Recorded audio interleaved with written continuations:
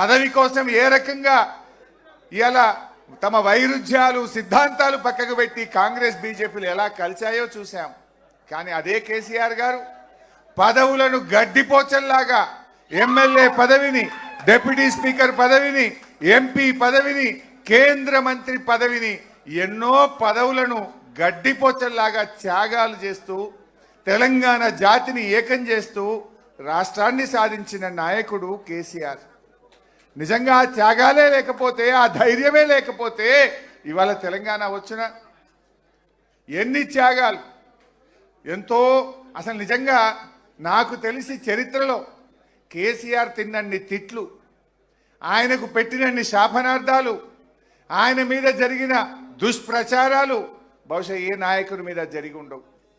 రకరకాల కుట్రలు, ఒక రకమైన కుట్రలు కాదు. ఆయన మొండి ధైర్యం గనక, ఆయన ఒకే ఒక నమ్మిన సిద్ధాంతం కోసం ఒక మొండి పట్టుదలతో ముందుకు సాగిండి గనుకనే ఇవాళ తెలంగాణ సాధ్యమైంది.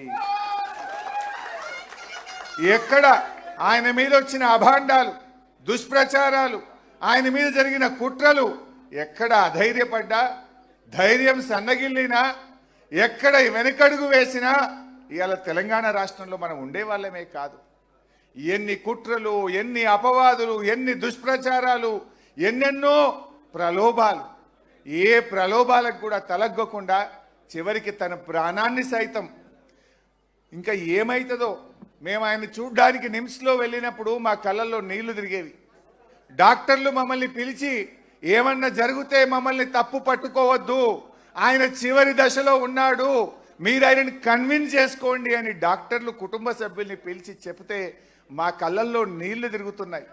కానీ ఆయన దగ్గరికి వెళ్ళినప్పుడు మాత్రం అదే మొండి ధైర్యం, మీరు నన్ను అధైర్యపరచడానికి నా దగ్గరికి రావద్దు, నన్ను విరమించమని చెప్పడానికి నా దగ్గరికి రావద్దు, నాకెక్కడో నమ్మకం ఉంది, తప్పకుండా తెలంగాణ ప్రకటన వస్తుంది, నేను ఒకే మాటతో బయలుదేరాను, అయితే తెలంగాణ జైత్రయాత్ర లేదంటే నా శవయాత్ర అని నేను బయలుదేరాను, నేను దానికి కట్టుబడి ఉన్నాను తప్ప మీరు ఈ రూమ్లోకి వచ్చి ఆ నిమ్స్ ఆసుపత్రిలో నన్ను అధైర్యపరచొద్దు, దీక్ష విరమించమని రూమ్లోకి రావద్దు అని మాకు చెప్పేవాడు.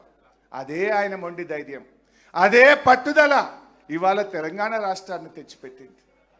ఇవాళ కేసీఆర్ ఒక నాయకుడిగే కాదు, ఒక ఉద్యమకారుడే కాదు, తెలంగాణలకు పాలన చేత కాదు, తెలంగాణ వస్తే నక్సలైట్ల రాజ్యం అవుతుంది, తెలంగాణ వాళ్ళకు పరిపాలన రానే రాదు అని మాట్లాడితే దేశమే అబ్బురపడే విధంగా, దేశమే ముక్కు మీద వేలేసుకొని తెలంగాణ ఆచరిస్తుంది, భారతదేశం అనుసరిస్తుంది అన్నంత గొప్పగా ఈ రాష్ట్రాన్ని నడిపి చూపిన నాయకుడు కేసీఆర్. కేసీఆర్ ఒక ఉద్యమకారుడు, కేసీఆర్ ఒక చరిత్రకారుడు, కేసీఆర్ ఒక పాలనా దక్షుడు అని ఇలా చరిత్ర పుటల్లో నిలబడ్డారు. మన మిషన్ కాకతీయ, మన మిషన్ భగీరథ, మన కేసీఆర్ చేపట్టిన ఎన్నెన్నో కార్యక్రమాలు ఈ దేశానికి మార్గదర్శకంగా ఒక దిక్సూచిగా నిలబడ్డాయి. సరే, ఈరోజు కేసీఆర్ గారు ఒక నాయకుడే కాదు, ఇవాళ అవ్వాతాతలకు ఆసరా పెన్షన్ ఇచ్చిన ఒక పెద్ద కొడుకుగా అవ్వాతాతలకు కేసీఆర్ నిలబడ్డాడు.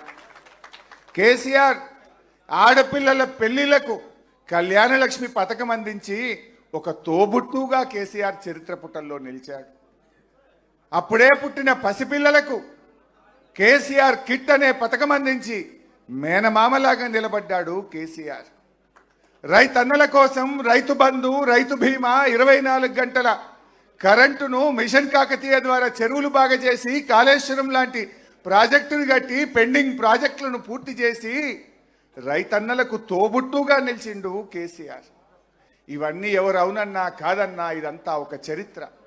అలాంటి కేసీఆర్ గారి గురించి ఎంత చెప్పుకున్నా తక్కువే.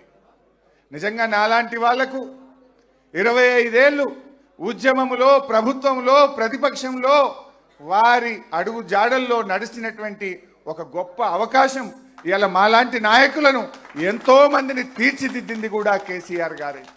ఎంతో మందిని ఇవాళ గొప్ప గొప్ప ఉద్యమకారులుగా, కార్యకర్తలుగా, నాయకులుగా పాలనా దక్షులుగా, శాసనసభ్యులుగా, శాసన మండలి సభ్యులుగా ఒక కొత్త తరాన్ని తెచ్చింది కూడా కేసీఆర్ గారు. అటువంటి కేసీఆర్ గారికి మీ అందరి పక్షాన, నా పక్షాన హృదయపూర్వకమైనటువంటి జన్మదిన శుభాకాంక్షలు తెలియజేస్తూ, ఓటమి తాత్కాలికమైంది, మళ్ళీ కేసీఆర్ వచ్చే రోజు ఎంతో దూరంలో లేదు. తప్పకుండా కేసీఆర్ గారు మళ్ళీ ముఖ్యమంత్రి అవుతారు. మనందరి ప్రార్థనలు, దీవెనలు, ఆ భగవంతుడి ఆశీస్సులతో తప్పకుండా మళ్ళీ కేసీఆర్ గారు ముఖ్యమంత్రి అయి తీరుతారు. దానికోసం మనందరం కూడా ఒక్క తాటి మీద నడుద్దాం, కేసీఆర్ గారిని ముఖ్యమంత్రి చేసుకుందాం. జై తెలంగాణ.